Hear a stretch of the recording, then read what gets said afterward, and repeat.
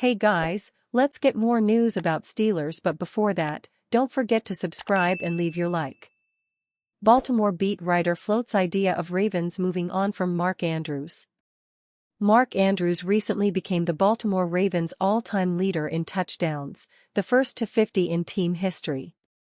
He entered the 2024 season one behind Todd Heap's 40 and finished with 11. But will he play another snap for the Ravens in his career?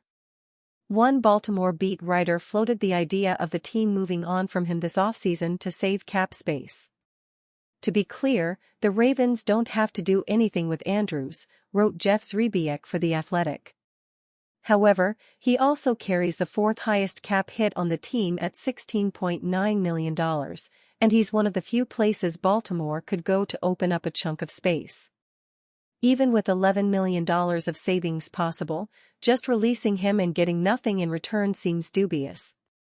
Andrews is one of the top tight ends in football and is still 29 years old, he continued. But if another team is willing to offer a day 2 pick for him in a trade that would give the Ravens additional draft capital and significant salary cap relief, they would have to listen.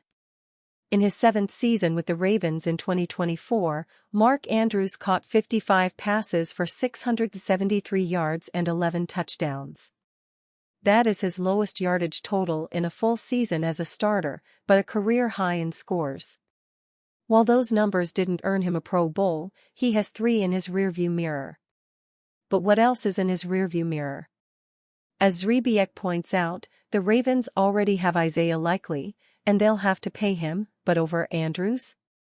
The Ravens owe Andrews exactly $11 million in 2025, including a $4 million roster bonus due March 17. If they were to actually do anything with him, it would happen relatively quickly, in the next month. They don't have much cap space, though, and have free agents like Ronnie Stanley and Patrick McCurry.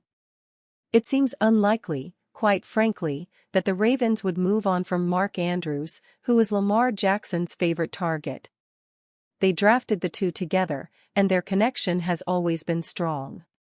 While Andrews had a bad stretch to end the season, dropping a game-tying 2-point conversion at the end of their playoff run, he feels like a one-helmet Raven.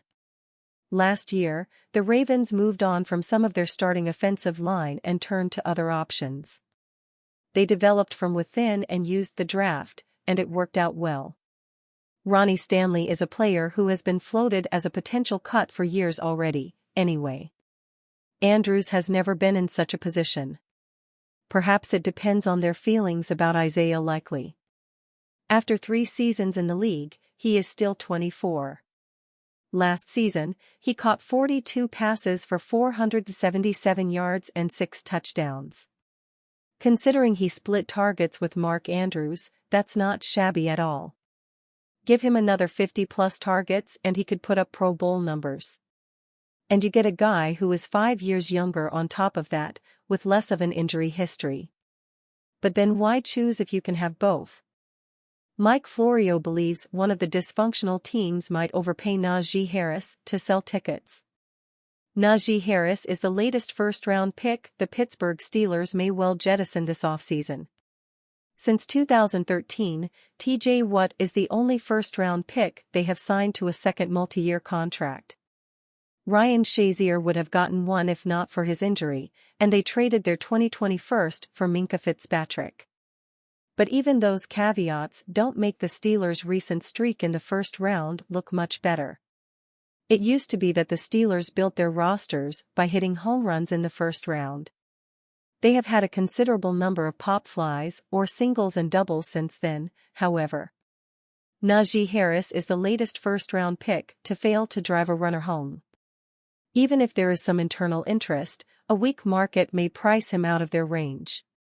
That's what Mike Florio of Pro Football Talk thinks, at least. He cited last year's successful running back market, with a series of players making their former teams look bad. He believes Najee Harris could have that motivation, and says the NFL is a copycat league.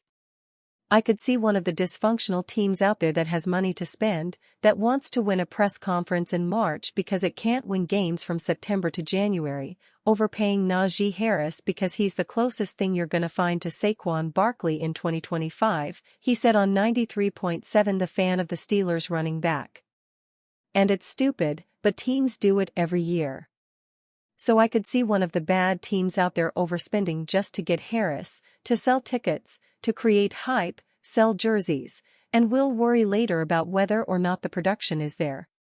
He's not wrong that teams often seem to overpay players relative to their talent, and sometimes due to business matters. The appearance of doing something can be a good bandage if a solution appears to be far off. Now, I don't know how strongly a team would win a press conference by signing Najee Harris. He doesn't even like talking to the media, but he is a former Pro Bowler with 4 consecutive 1,000-yard seasons. That looks good in a press release, anyway, as long as you don't dig deeper. And then there's the other key point about Harris's market. The reality is that there are no Saquon Barkleys this year. There's Aaron Jones, who's 31, and Raheem Mostert, now 33. Nick Chubb 2 years ago would have been in that discussion, but he is not the same player after his injury. J.K. Dobbins and Samaje Perine, Javonte Williams and A.J. Dillon? You can easily argue that the Steelers have the top free agent in this market in Najee Harris. But in a draft class deep in running backs, how many teams would be willing to pay a premium for him? Teams have to spend anyway, so they will occasionally have these splurges. But if there is a team willing to pay Najee Harris $10 million per season, it's certainly not the Steelers. Steelers predicted to land former $40 million cornerback. San Francisco 49ers cornerback Charvarius Ward was labeled as a free agent fit for the Pittsburgh Steelers. NFL free agency is just around the corner and the Pittsburgh Steelers have several holes to fill. One of them being cornerback. With veterans Dante Jackson and Cameron Sutton hitting the open market, the Steelers could prioritize a new CB2 in free agency, someone to pair with Joey Porter Jr. ESPN NFL staff writer Matt Bowen predicted such a move while outlining the top 50 free agents on February 18, sending veteran cornerback Charvarius Ward to Pittsburgh. Ward has the man coverage ability to press or pedal off the ball, along with the backfield vision to make plays in zone coverage, Bowen reasoned. Continuing, I see him fitting nicely opposite Joey Porter Jr. in a Steelers defensive scheme that played single high coverage over 50% of the time last season. Over 7 pro seasons, Ward has 10 interceptions and 59 pass breakups. According to Bowen, Ward is the second-best cornerback on the market in 2025, behind DJ Reed Jr., and the 10th-ranked free agent overall. He last signed for $40.5 million in 2022, inking a 3-year deal with the San Francisco 49ers.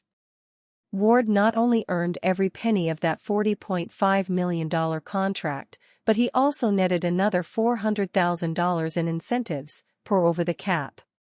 The soon-to-be 29-year-old CB went to his first Pro Bowl with the Niners, as well as his second Super Bowl. During his first Super Bowl appearance with the Kansas City Chiefs, Ward went home a champion. He started 105 NFL games, including playoffs, after beginning his career as an undrafted rookie.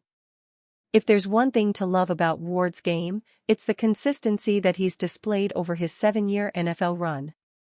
Since entering the league in 2018, Ward has only received a Pro Football Focus coverage grade lower than 65.0 twice, a 62.9 in 2019, his first year as a full-time starter, and a 58.2 last season. There is a potential reason for Ward's down year in 2024, however. The cornerback suffered a great loss off the field last season, as he announced the death of his 1-year-old daughter in October. The year before was Ward's strongest campaign in coverage, with an elite 86.5 grade and a 63.7 passer rating against that earned him second-team All-Pro honors, so it's more likely the off-the-field trauma impacted him than age. And you fan? What do you think of Charvarius Ward's situation? Leave your opinion in the comments.